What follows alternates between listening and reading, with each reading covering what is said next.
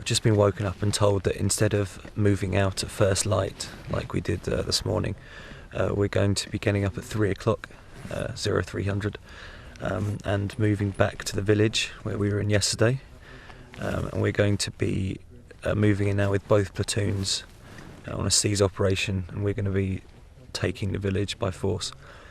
So obviously, you know, people are nervous about it, you know, because of all the fighting that was yesterday. And they're excited, you know, because it's going to be a very interesting day, I think. So I'm going to go to sleep now, because there's not much time before 0300, and we'll see what happens. It's not long before we're all up and preparing ourselves for the long day ahead. We then take positions on the outskirts of the village. Sorry that you can't see anything at the moment. You can't use any light, obviously, because we're just outside the village now. You know, pretty nervous because the Taliban are in there, and we're going to be basically advancing until they start firing at us. As the sky begins to lighten with the impending dawn, we make our way into the village. So we're just outside the village now. We're at the first compound, just waiting up, and then we're going to move further into the village itself. A radio message comes through from the Estonian snipers who are watching our progress. Alright, the snipers on the hill, they saw movement in the village, on the left side of the road there. Yeah, We occupy the first compound and wait here while second platoon push into the compounds on the other side of the village.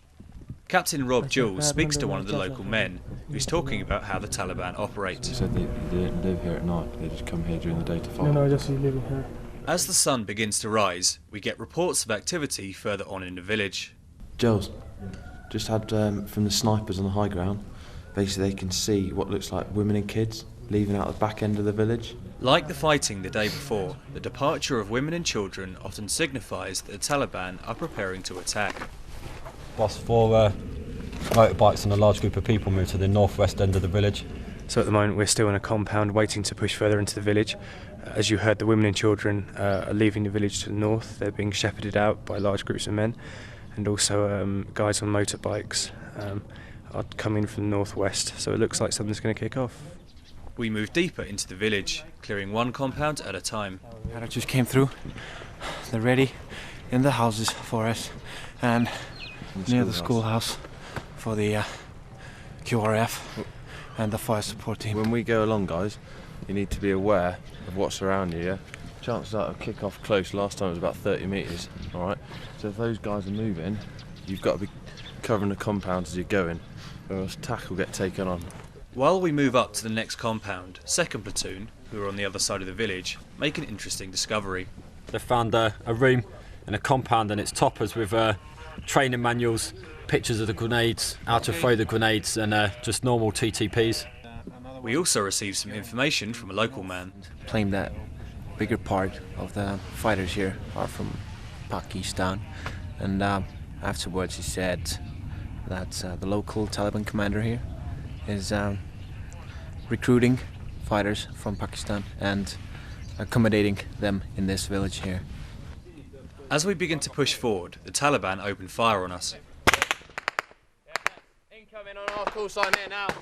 Let's get yourselves in some cover, boys.